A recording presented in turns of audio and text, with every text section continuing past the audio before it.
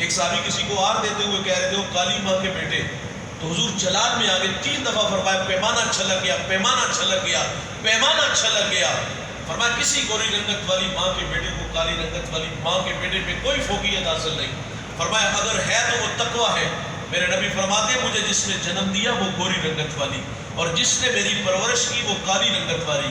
آقا فخر سے فرماتے ہیں کہ میں محمد بیت مگر 2 ماؤں کا تنہا بیٹا ہوں۔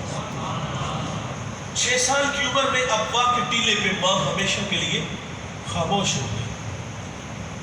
پھر کفالت کا ذمہ آپ کے دادا جان نے اٹھا لیا۔ دادا نے بڑی محبت دی، کھانا کھاتے ساتھ بٹھاتے، سوتے ہیں پہلو میں لٹا لیتے ہیں۔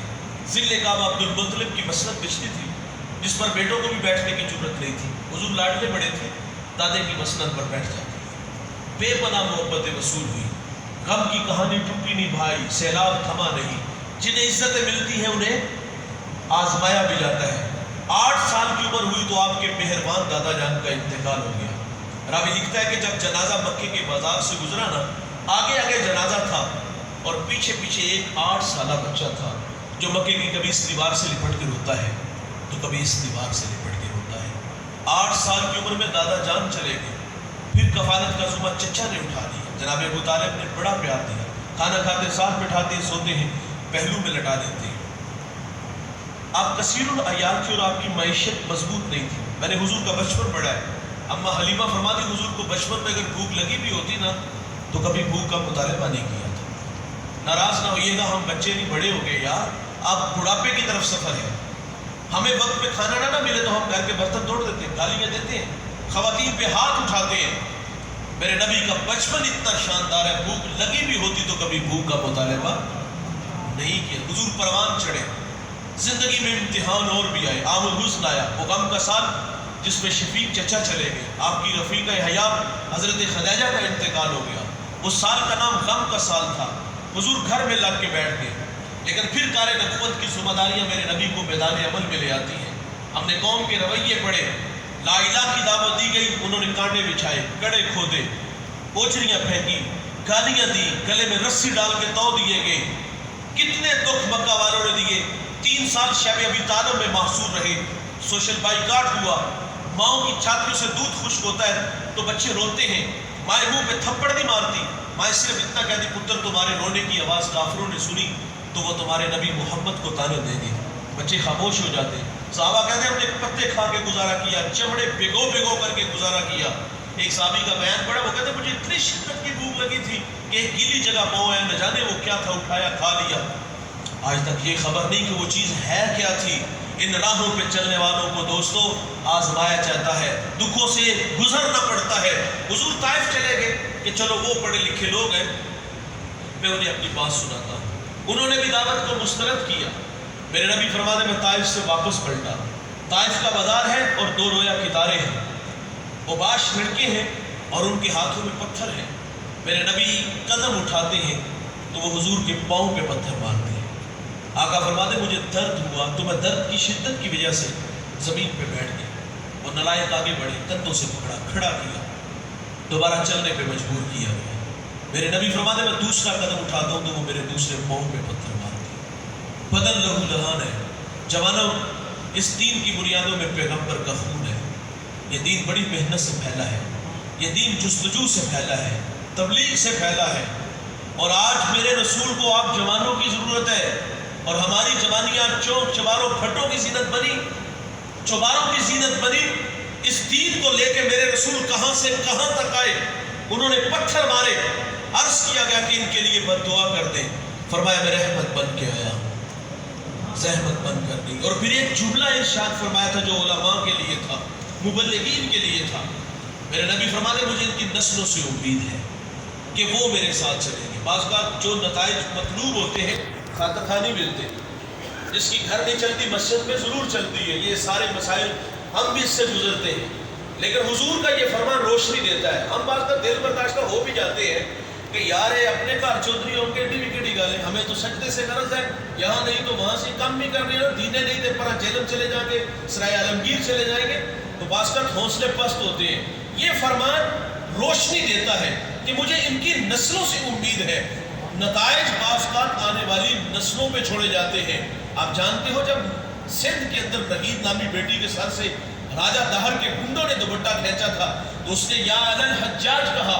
حجاج تاریخ کا قابل ذکر انسان نہیں، بہت بڑا بدماش ہے، اس کے ہاتھ ہزاروں لوگوں کے خون سے رنگے ہوئے ہیں. اس سماج کا بدماش آدمی کہتا ہے بہن میں حاضر ہوں.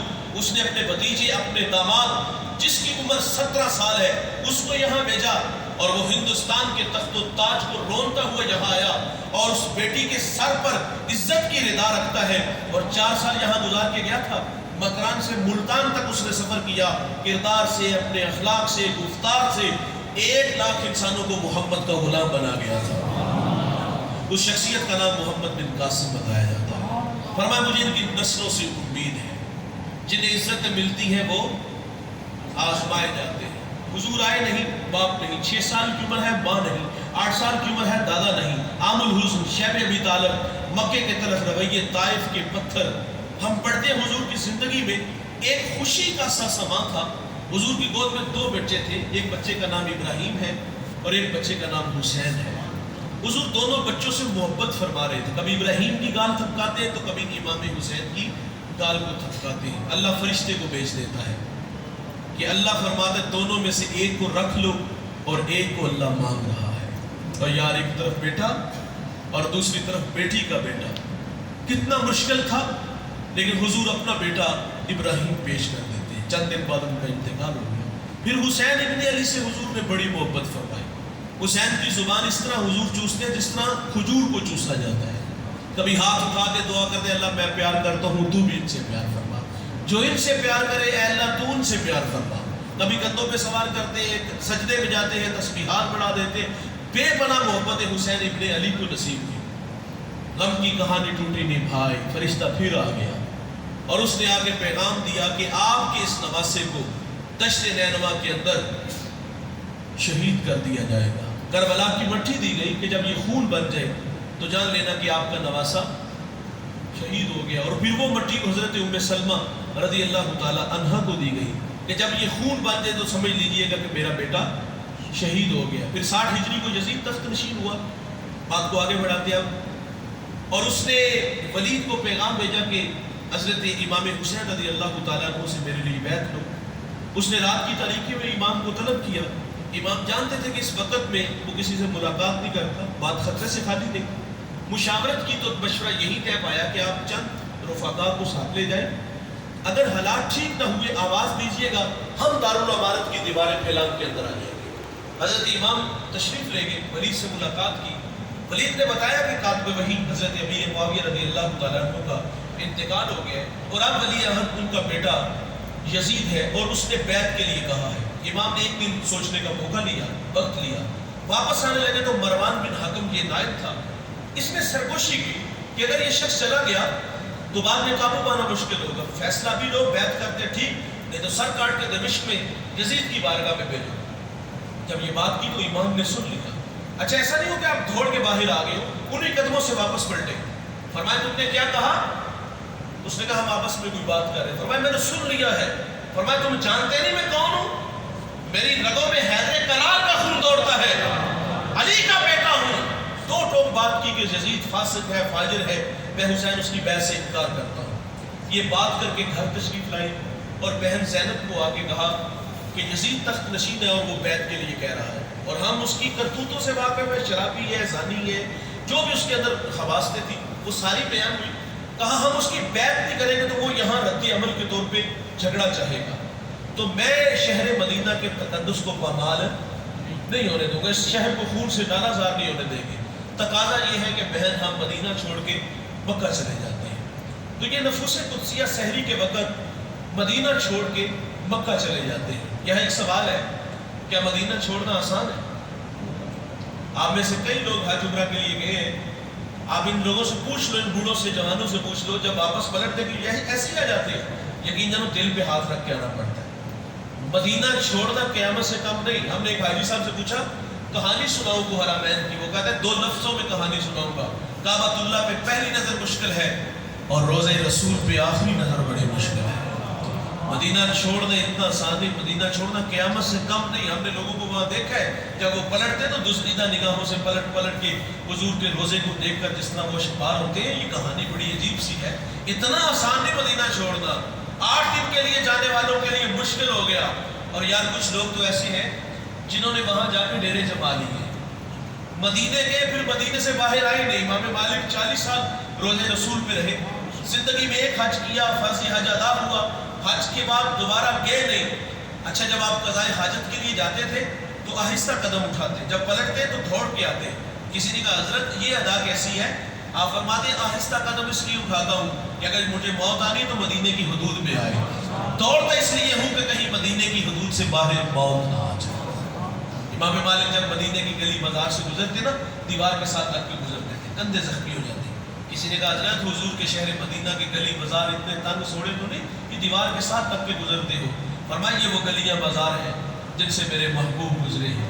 احتیاط اس لیے ہے کہ کہیں بے خبری میں میرا پاؤں وہاں نہ آ جائے جہاں میرے رسول کے قدم لگے اور بے ادبوں میں نہ لکھ دیا جاؤں۔ اور سیدنا صدیق اکبر رضی اللہ تعالیٰ عنہ نے وہاں دیوار کھڑی کر دی جہاں میرے رسول کی پیشانی لگتی تھی، وہاں دیوار کھڑی کی، مسلح کھینچ کے پیچھے لے آئے، جہاں حضور کے قدم لگتے تھے ابو بکر کی وہاں پیشانی لگتی تھی۔ اس شہر کا ادب کیا۔ مجھے یاد آیا قبلہ فرماتے میں عمرہ کے لیے گیا ہوا تھا تو ایک بوڑھے سے ملاقات ہوئی، کافی دیر اس کے پاس بیٹھے رہے، رخصت چاہی تو میں گزرتے ہوئے وہاں سے رخصت چاہتے ہوئے اتنا کہا کہ بابا جی اللہ آپ کو لمبی زندگی عطا فرمائے۔ فرماتے یہ کہنا تھا کہ بوڑھے کی آنکھیں چھلک پڑی۔ فرماتے میرا دل ڈوب سا گیا کہ میں نے تو کبھی پاکستان میں کسی کا دل نہیں دکھایا اور شہر رسول میں اس بوڑھے کو میری کسی بات نے دکھی کیا۔ فرماتے میں نے رک کر کے پوچھ لیا بابا جی میری کسی بات نے آپ کو تکلیف دی؟ کہا بیٹے مدت ہوگی یہاں موت مانگتے ہوئے اور آپ میرے لیے زندگی کی دعائیں مانگ رہے ہو؟ اور بھائی کچھ گئے ڈیرے جما کے بیٹھ گئے، 8 دن کے لیے جانے والے واپس پلٹتے ہیں، دل پہ ہاتھ رکھ کے پلٹتے ہیں۔ اس مجمع میں کچھ بھائی ایسے بھی ہوں گے جنہوں نے ابھی تک مدینہ نہیں دیکھا، کبھی ان سے پوچھو یار مدینہ کتنا تڑپاتا ہے، کرم فرماؤ ساڈے تے حبیبی یا رسول اللہ، مدینے او نہیں دیتی غریبی یا رسول اللہ۔ اور یا کچھ دیوانے تو کہتے ہیں زوف مدد کر در احمد پہ گرا دے، درمان کہیں اٹھ کہوں اٹھا نہیں جاتا۔